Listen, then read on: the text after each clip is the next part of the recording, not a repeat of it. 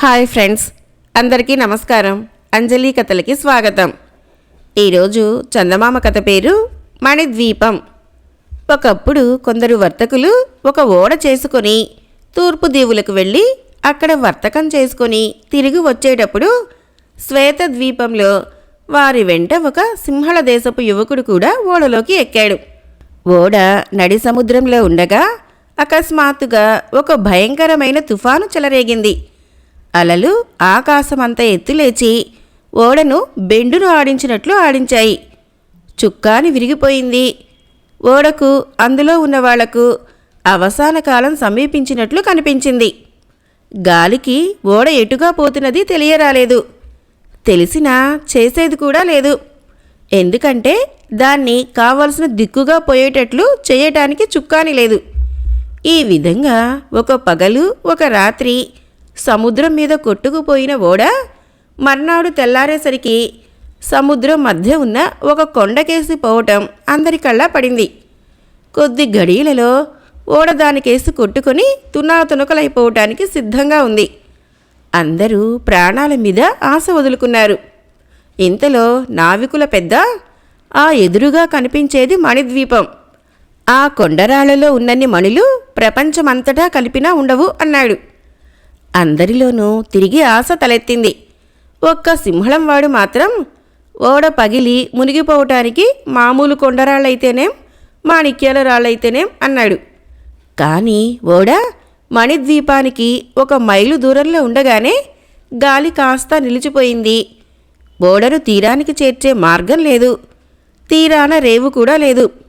అందుచేత ఓడ నుంచి కొన్ని తెప్పలు దించి ఓడలో వాళ్లంతా తీరానికి ప్రయాణమయ్యారు. సింహళీయుడు మాత్రం ఓడ నుంచి దిగలేదు. రత్నాలన్నీ మీరే ఉంచుకోండి, నేను మా తామ్రపర్ణి నగరానికి వెళ్ళాలి. ఈ ఓడ నన్ను తప్పక మా ఊరు చేర్చుతుంది, ఇందులో నుంచి దిగను అనేశాడు. అతన్ని వదిలేసి మిగతా వాళ్లంతా తెప్పలను తెడ్లతో నడుపుకుంటూ తీరంకేసి వెళ్ళిపోయారు. తీరం చేరగానే నావికుల పెద్ద మిగిలిన వాళ్లతో ఇలా అన్నాడు. ఈ లంకలో ఉండేవాళ్లు మరుగుజ్జులు. కోపం వస్తే వాళ్ళంత చెడ్డవాళ్ళు లేరు. విషపు బాణాలతో కొట్టి చంపేస్తారు. కానీ మంచిగా ఉంటే ప్రాణాలిచ్చేస్తారు. అందుచేత వాళ్లతో జాగ్రత్తగా మసులుకోవటం అవసరం. ఆ కనిపించే కొండ నిండా రాళ్లలో రత్నాలు ఉన్నాయి. దాని దిగువనే మరుగుజ్జులుండే నగరం ఉన్నది. కొండ అన్ని పక్కలా నిటారుగా ఉంటుంది. దాన్ని ఎక్కటం అసాధ్యం. దాని పైకి వెళ్ళటానికి మెట్లు ఉన్నాయి. ఆ మెట్లను చేరాలంటే నగరంలో నుంచే వెళ్ళాలి. మెట్ల మార్గానికి మరుగుజ్జులు అహోరాత్రాలు కాపలా కాస్తారు. అందుచేత మరుగుజ్జులను మంచి చేసుకోకుండా మనమేమీ సాధించలేము అన్నాడు. నావికుల పెద్ద ఈ విధంగా చెప్పాక అందరూ కలిసి కొండకేసి కదిలారు. కొంత దూరం వెళ్ళాక నగరం కనిపించింది. వాళ్ళింకా నగరానికి కొంత దూరంలో ఉండగానే వారి మీదకు బాణాలు వచ్చాయి. అదృష్టం కొద్దీ అవి ఎవరికీ తగలలేదు. అందరూ ఇక్కడే కూర్చోండి, లేకపోతే మనం తమ మీదకి యుద్ధానికి వస్తున్నామని వాళ్ళు అపోహపడగలరు అన్నాడు నావికుల పెద్ద. అందరూ ఉన్న చోటనే చతికిలు పడ్డారు. కొద్దిసేపటిలో కొందరు మరుగుజ్జు భటులు ఆయుధాలు చేతబట్టి నగరం వెలుపలికి వచ్చారు. భటుల వెంట ఉన్న సరదారు, ఎవరు మీరు, ఈ లంకకు ఎందుకు వచ్చారు అని అడిగాడు. మా ఓడ తుఫానులో దెబ్బతిన్నది, సహాయం కోసం వచ్చాము అన్నాడు నావికుల పెద్ద. మీ కళ్లకు గంతలు కట్టి తీసుకుపోయి మా రాజుగారు ముందు పెడతాము. మీరు చెప్పుకునేదంతా ఆయనకు చెప్పుకోండి అని మరుగుజ్జు భటులు అన్నారు. అందుకు అందరూ ఒప్పుకున్నారు. మరుగుజ్జులు వర్తకులను నావికులను గంతలు కట్టి చేతులకు బంధాలు వేసి నగరంలోకి తీసుకుపోయి రాజుగారి ఎదుట హాజరు పెట్టారు. మీరు చెప్పే తుఫాను సంగతి మాకేమీ తెలీదు. మీరు వచ్చిన దిక్కుగా సముద్రంలో మీ ఓడ ఏమీ కనిపించలేదని మా వాళ్ళు చెబుతున్నారు. ఈ లంకలో అడిగిపెట్టిన వాళ్ళెవరూ తిరిగిపోరని మీకు తెలిసే ఉంటుంది. మీరేదో దురుద్దేశంతో ఇక్కడికి వచ్చారనడానికి సందేహం లేదు. ప్రస్తుతానికి మిమ్మల్ని ఖైదులో ఉంచుతాము అన్నాడు రాజు. భటులు వాళ్ళని తమ కారాగృహంలో బంధించారు. అవి మరుగుజ్జుల కోసం కట్టినవి కావటం చేత వర్తకులకు వారి వెంట ఉన్న వారికి చాలా ఇరుకుగా అనిపించాయి. వర్తకుల ఓడ మరుగుజ్జులకు కనిపించని మాట నిజమే. ఎందుచేతనంటే లంక చుట్టూ సముద్రంలో ఒక ప్రవాహం ఉన్నది. అది ఓడను క్రమంగా లంక అవతలి పక్కకు చేర్చింది. అక్కడనే మంచి రేవు కూడా ఉన్నది. ఆ రేవులోకి వచ్చి ఓడ తీరం చెంతనే నిలిచింది. మిగిలిన వాళ్ళంతా తెప్పలలో లంక మీదకి వెళ్ళిపోయాక సింహళీయుడు నిశ్చింతగా పడుకొని నిద్రపోయాడు. అతను తిరిగి నిద్ర లేచేసరికి నౌక రేవులో ఉండటం కనిపించింది. తామ్రపర్ణి వచ్చేసిందా అంటూ సింహళీయుడు నౌక నుంచి దిగి తీరానికి వచ్చేశాడు. రేవులో ఎవరూ లేరు. సమీపంలోనే కొండ ఒకటి ఉన్నది. అతడు దాని పక్కగా నడవనారంభించాడు. అతను కొంత దూరం వెళ్ళాక 2 మరుగుజ్జులు గోరీలాడుతూ కనిపించారు. సాయంకాలపు ఎండలో ఆ గోలీలు దగదగా మెరిశాయి. వాటి తళతళ చూసి సింహళీయుడు ఆశ్చర్యపోయాడు. కానీ అవి రత్నాలై ఉంటాయని అతనికి తట్టలేదు. సింహళీయుడిని చూడగానే మరుగుజ్జులు అమ్మయ్యో రాక్షసుడు అంటూ పారిపోబోయారు. కానీ అతను వాళ్ళని పట్టుకొని ఆపి, నేను మీ వంటి మనిషినే, కొంచెం లావు ఎత్తు అంతే. నాకు చచ్చేంత ఆకలిగా ఉంది, ముందు తినడానికి ఏమైనా కావాలి అన్నాడు. మరుగుజ్జులు అతన్ని తమ ఇంటికి తీసుకుపోయారు. దారిలో వాళ్ళు, నీ వంటి రాక్షసులు కొందరిని మా రాజుగారు కొట్లో పెట్టించారు అని చెప్పాడు. పాపం, వాళ్ళు ఓడలో నాతో వచ్చిన వాళ్లే అయి ఉంటారు. ఎలాగైనా వాళ్ళని ఖైదీ నుంచి విడిపించాలి అనుకున్నాడు సింహళీయుడు. మరుగుజ్జులు అతన్ని తమ ఇంటికి తీసుకుపోయారు. ఒంటరిగాడు కనుక అతని కోసం భటులు రాలేదు. కానీ మామూలు వాళ్ళు అతన్ని ఎంతగానో పరీక్ష చేశారు. ఈ రాక్షసుడు మణిమాణిక్యాలేవీ తీసుకోలేదు. ఆఖరికి గోళీలు కూడా ఆడుకునే మరుగుజ్జులు పిల్లల దగ్గరే ఉన్నాయి. అందుచేత అతని పట్ల అందరూ స్నేహభావం ప్రకటించారు. అతనికి కడుపు నిండా తిండి పెట్టారు. అతను కూడా పాటలు పాడి కథలు చెప్పి వాళ్ళని ఆనందింపచేశాడు. మర్నాడు ఉదయం సింహళీయుడు తన మిత్రులైన మరుగుజ్జు పిల్లలతో, నాకు మీ రాజుగారిని ఒక్కసారి చూడాలని ఉన్నది అన్నాడు. అయితే ఇప్పుడే పోదాం, రాజుగారు తోటలో ఉంటారు అన్నారు వాళ్ళు. ఇద్దరిని చెరొక భుజాన ఎక్కించుకొని సింహళీయుడు రాజోద్యానానికి వెళ్ళాడు. అదిగో ఆ రాతి పలకపైన కూర్చున్నవాడే మా రాజుగారు, మమ్మల్ని దింపెయ్యి, రాజుగారు చూస్తే మమ్మల్ని దండిస్తారు అంటూ మరుగుజ్జు పిల్లలు ఆందోళన పడ్డారు. సింహళీయుడు వాళ్ళని దింపి 4 అంగల్లో రాజు కూర్చున్న చోటుకి వెళ్ళి అతన్ని నడుం పట్టుకుని పైకి ఎత్తాడు. రాజు కీచుగా భయంతో కేకలు పెట్టాడు. ఆ కేక విని అన్ని పక్కల నుంచి విషపు బాణాలు గల భటులు పరిగెత్తుకుంటూ వచ్చారు. వాళ్ళు నన్నేమైనా చేశారో నిన్ను నలిపి పారేస్తాను, వాళ్ళని ముందు దూరంగా ఉండమను అన్నాడు సింహళీయుడు రాజుతో. దూరంగా పొమ్మని రాజు తన భటులకు కేక పెట్టాడు. నా స్నేహితులను ఖైదులో పెట్టించావుట, ముందు వాళ్ళని విడిపించు. వాళ్ళు నీకేమీ అపకారం చేశారు? వాళ్ళని వెంటనే విడిపించకపోయావో ఈ లంకకు మరొక రాజును ఏర్పాటు చేస్తాను అన్నాడు సింహళీయుడు. నీ ఇష్టప్రకారం చేస్తాను, నన్ను ముందు దించు అన్నాడు రాజు. సింహళీయుడు రాజును కింద పెట్టాడు. రాజు తన భటులను పిలిచి రాక్షసుల్ని ఖైదీ నుంచి విడిపించి తీసుకురమ్మని ఉత్తర్వు ఇచ్చాడు. కొంతసేపటికి ఓడ తాలూకు మనుషులంతా భటుల వెంట అక్కడికి వచ్చారు. సింహళీయుడిని చూడగానే వాళ్లకు ప్రాణం లేచి వచ్చింది. వీళ్ళు అబద్ధం చెప్పారు, తుఫాను వచ్చిందన్నారు, తమ ఓడ సముద్రంలో కదలలేని స్థితిలో ఉన్నదన్నారు. ఆ మాటలు నమ్మదగినవి కావు. అందుచేత నాకు వాళ్లపై అనుమానం కలిగి ఖైదులో పెట్టించాను అన్నాడు రాజు సింహళీయుడితో. అందులో అబద్ధం ఏమీ లేదు. మా ఓడ చుక్కాని విరిగి రేవులో ఉన్నది. మేము దానికి కొత్త చుక్కాని ఏర్పాటు చేసుకునేదాకా మమ్మల్ని ఇక్కడ ఉండనిస్తే తర్వాత మా దారిన మేం పోతాం అన్నాడు సింహళీయుడు. రాజు అందుకు సమ్మతించాడు. 1 రోజులో ఓడకు కొత్త చుక్కాని ఏర్పాటైంది. ఇక మనం బయలుదేరదాం అన్నాడు సింహళీయుడు. రత్నాలు తీసుకోకుండా ఎలా పోతాం అన్నారు మిగిలిన వాళ్ళు. సింహళీయుడు తన మిత్రులైన మరుగుజ్జు పిల్లల్ని పిలిచి, మాకు కూడా గోళీలు ఆడుకోవాలని ఉన్నది. మీరు మీ స్నేహితుల్ని కొందరిని వెంటబెట్టుకొని కొండ మీదకి వెళ్ళి పెద్ద పెద్ద గోళీరాళ్ళు పట్టుకురండి. మాకు చిన్న చిన్న గోళీలు చాలవు. అందుచేత పెద్ద పెద్ద గోళీరాళ్ళు తీసుకురండి, తర్వాత వాటిని మేము గోళీలుగా తయారు చేసుకుంటాము అన్నాడు. సాయంకాలానికల్లా 10-12 మంది మరుగుజ్జు పిల్లలు పెద్ద పెద్ద మడులు తీసుకొచ్చి సింహళీయుడి ముందు పెట్టారు.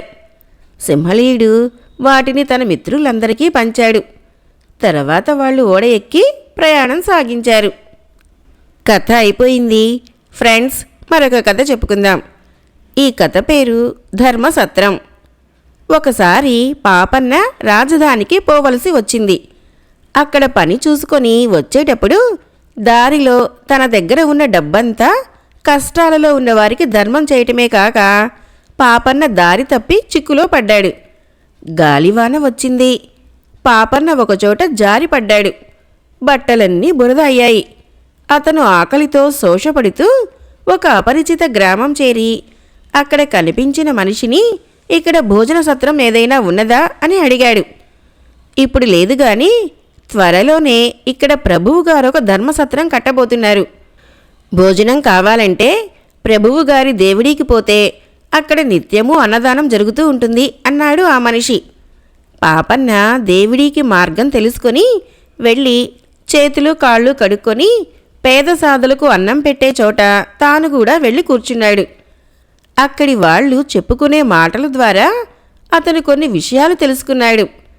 అక్కడి ప్రభువుకు చాలా కాలం పిల్లలు లేకపోతే సత్రము, బావి, చెరువు లాంటివి ఏర్పాటు చేయిస్తే పిల్లలు పుడతారని ఎవరో చెప్పారట.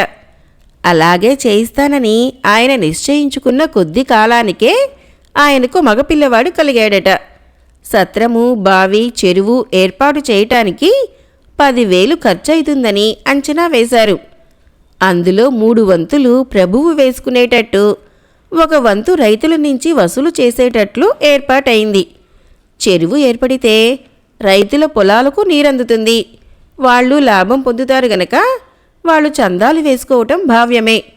ప్రభువుగారు ఖర్చు చేయదలిచిన ధనాన్ని నేడో రేపో శివాలయానికి తీసుకుపోయి దేవుడికి నివేదన చేసి ఆ తర్వాత దానితో పని ప్రారంభించబోతున్నారు కూడా. ఈ సంగతులన్నీ వింటూ పాపన్న భోజనం ముగించాడు. భోజనాలు చేసిన వాళ్ళు బయటికి వెళ్ళిపోవటానికి ఒక దారి ఏర్పాటు చేశారు. అది హజారానికి పోతుంది. అక్కడ ప్రభువుగారు ఒక ఆసనం మీద కూర్చొని ఉంటాడు. అన్నదానం పొందిన వాళ్ళందరూ ఆయన దగ్గర ఆగి, అన్నదాత సుఖీభవ, తమ ఉపకారం మరవలేను, దేవుడు మీకు మేలు చేయాలి అని ఒక నౌకరిచ్చే పావలా దక్షిణతో పాటు తాంబూలం పుచ్చుకొని తన పేరు చెప్పి వెళ్ళిపోవాలి. పాపన్న కూడా అలాగే చేశాడు. పాపన్న తన పేరు చెప్పుకొని పావలా దక్షిణ తాంబూలం పుచ్చుకుంటూ ఉండగా విని ప్రభువు ఉలిక్కిపడ్డట్టయి అతన్ని వెనక్కి పిలిచి వివరాలు అడిగి అతనే పరోపకారిగా ప్రసిద్ధికెక్కిన పాపన్న అని తెలుసుకున్నాడు. ఆయన పాపన్న పేరు విని ఉండటమే కాదు, అతనంటే చాలా అసూయగా కూడా ఉన్నాడు. ఆ పాపన్న చాలా సామాన్యుడు. దాన ధర్మాలలో అయినా తన వంటి వాడితో ఏమాత్రమూ పోటీ చేయలేడు. కానీ అతనుకున్న ఖ్యాతిలో తనకు 10వ వంతు కూడా లేదు.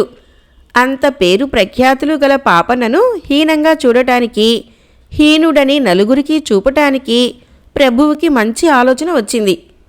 పాపన్న తాను తిండికి మాడే స్థితి ఎలా సంభవించింది చెప్పాక ప్రభువు, చూడు పాపన్న, నువ్వు ఇతరులకు సహాయం చేసేవాడివి.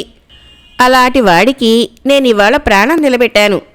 నీ వంటి వాడు మాటలతో కృతజ్ఞత చెప్పడం నీకు తృప్తిగా ఉండదు, నాకు ఉండదు. అందుచేత నాకు ఏదో ఒక విధంగా ప్రత్యుపకారం చేయటం ఉచితం అన్నాడు. నా నుండి ఎలాంటి ప్రత్యుపకారం కోరుతారో సెలవివ్వండి అన్నాడు పాపన్న. ప్రస్తుతం ధర్మసత్రం పని ఒత్తిడి చాలా హెచ్చుగా ఉన్నది. 4 రోజుల పాటు నాకు అదనపు నౌకర్లు కావాలి. నాకు నౌకరుగా ఉండమని నేను నిన్నడగను, అది భావ్యం కాదు. కానీ నీ అంతట నువ్వే నా దగ్గర ఓ 4 రోజుల పాటు నౌకరుగా ఉండి రుణం తీర్చుకుంటావన్న పక్షాన అది నాకు తగిన ప్రత్యుపకారం అవుతుంది అన్నాడు ప్రభువు. అయ్యా, నాకీ పూట అన్నం పెట్టి నా ప్రాణం కాపాడారు గనక దానికి ప్రత్యుపకారంగా నన్ను మీ సేవకుడిగా ఉపయోగించుకోండి అన్నాడు పాపన్న. ప్రభువు గొప్ప విజయం సాధించిన వాడిలాగా అందరికేసి చూశాడు. పాపన్న అన్న మాటలు అక్కడున్న వారందరూ విన్నారు. ప్రభువుకు తృప్తి అయింది. సరే పాపన్న, నీ ఇష్ట ప్రకారమే కానీ నువ్వు 4 రోజుల పాటు నాకు సేవకుడిగా పనిచెయ్యి అన్నాడు. నిజానికి పాపన్న చేత పని చేయించుకోదగిన సేవ ఏదీ లేదు. కానీ 10 మంది ఉన్నప్పుడు ప్రభువు వాళ్లకు పాపన్నను పరిచయం చేసి అతనికేదో పని చెప్పి పంపేవాడు. ఇందువల్ల తన కీర్తి పెరుగుతుందని ఆయన నమ్మకం. ప్రభువుగారి ధనాన్ని దేవుడికి సమర్పించి సత్రానికి శంకుస్థాపన చేసే ముహూర్తం రోజు వచ్చింది. 100 రూపాయల్ని ఒక్కొక్క పసుపు గుడ్డలో కట్టి అలాంటి చిన్న మూటలు 5 కలిపి ఒక్కొక్క పెద్ద మూటగా కట్టి మొత్తం 15 పెద్ద మూటలు చేసి 15 మంది పట్టుకొని మిగిలిన పరివారాన్ని వెంటబెట్టుకొని ఆలయానికి బయలుదేరారు. ధనమూట ఒకటి ప్రభువుగారే స్వయంగా పట్టుకున్నాడు. మిగిలిన 14 మందిలో పాపన్న కూడా ఉన్నాడు. అందరూ కలిసి సన్నటి దారి వెంట నడుస్తూ ఉండగా ప్రభువుగారు తూలాడు.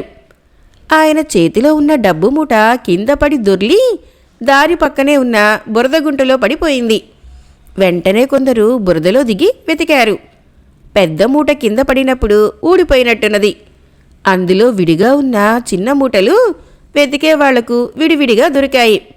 ఆ దొరకటం కూడా 4 దొరికాయి. 5ది ఒకంతట దొరకలేదు. 100 రూపాయలే కదా, ఇంటి నుంచి తెప్పిస్తాం, ఒక 100 భూదేవికి అర్పించామనుకుంటాము అంటూ ప్రభువు తన ఇంటికొక నౌకర్ని డబ్బు తెచ్చేటందుకు పంపి తాను మిగిలిన వాళ్ళతో సహా ఆలయానికి సాగిపోయాడు. పాపన్న మటుకు ఆ బురదగుంటను మరింత లోతుగా కుళ్ళగించి చాలాసేపు ప్రయాసపడ్డ మీదట 500 రూపాయల మూటను సంపాదించాడు. అప్పటికి రాత్రి జాము పొద్దుపోయింది. ఈ లోపల ధనాన్ని దేవుడికి నివేదన చెయ్యటము, ధర్మసత్రానికి శంకుస్థాపన అయిపోయింది. పాపన్న ప్రభువుగారింటికి వెళ్ళి స్నానం చేసి రూపాయల మూటకు పట్టిన మురికిపోయినంత వరకు కడిగి దాన్ని తీసుకుపోయి ప్రభువు ఎదుట పెట్టి, ఇదిగోనండి బురదలో పడిపోయిన 100 రూపాయల మూట అన్నాడు. ప్రభువు సందిగ్ధంలో పడ్డాడు. సత్రానికి కేటాయించిన డబ్బు ఈశ్వరార్పితం అయింది. ఇప్పుడు ఈ 100 రూపాయలు అందులోది కాదు. దాన్ని పాపన్న దగ్గర తీసుకుంటే అది తన సొంతానికి తీసుకోవటమే అవుతుంది. అందుచేత ప్రభువు, దాన్ని నేను అప్పుడే వదిలేశాను, అందుచేత నువ్వే ఉంచుకో, 4 రోజులుగా సేవ చేశావు కదా, అన్నట్టు నీ గడువు పూర్తయిపోయింది, రేపు నువ్వు వెళ్ళిపోవచ్చు అన్నాడు. పాపన్న మర్నాడు ఆ 100 రూపాయల మూటతో తన ఊరికి బయలుదేరాడు. అతను జమీందారీ శివార్లు చేరేసరికి అమితంగా దాహం వేసింది. అతను ఒక రైతు ఇంటి దగ్గర ఆగి మంచినీరు అడిగాడు. తాగునాయనా, ఈ నీళ్లతో రేపు మాకు రుణం తీరుతున్నదిలే అన్నాడు రైతు నిస్పృహగా. సంగతేమిటని రైతుని అడిగాడు పాపన్న. ప్రభువుగారు కట్టించే ధర్మసత్రం వగైరాల కింద ఆ రైతు వంతు 100 రూపాయలు ఇచ్చుకోవలసి వచ్చిందట. ఎంత ప్రయత్నించినా రైతు ఒక్క దమ్మిడి పోగు చేయలేకపోయాడు. 2 నెలలు గడువియ్యమని కోరితే ప్రభువుగారి ఉద్యోగులు గడువు లోపల కట్టకపోతే జమీందారీ నుంచి గెంటేస్తామన్నారట. పాపన్న రైతుకు తన వద్ద ఉన్న 100 రూపాయల పసుపు గుడ్డ మూట ఇచ్చి, దీన్ని తీసుకుపోయి కట్టు, నిజానికిది వారి డబ్బే, ప్రస్తుతం నా డబ్బు, నేను దీన్ని నీకిస్తున్నాను అన్నాడు. రైతు దాన్ని మర్నాడే తీసుకుపోయి దివాణంలో కట్టాడు. మట్టి మరకులు గల పసుపు గుడ్డలో 100 రూపాయలు చూసి, ఇది మన డబ్బులాగే ఉందే అన్నారు ఉద్యోగులు ప్రభువుతో. ప్రభువు రైతును, ఇది నీకెలా వచ్చింది అని అడిగితే పాపన్నే ఇచ్చినట్లు తెలిసింది. పాపన్న తన డబ్బును తనకే చేర్చినందుకు ప్రభువు ఆశ్చర్యపోవటమే కాక సిగ్గుపడిపోయాడు కూడా. కథ అయిపోయింది. ఫ్రెండ్స్, నా కథలు నచ్చినట్లయితే మన ఛానల్ని తప్పకుండా సబ్స్క్రైబ్ చేయండి, లైక్ చేయండి, షేర్ చేయండి, మంచి కామెంట్ చేయండి. Thank you.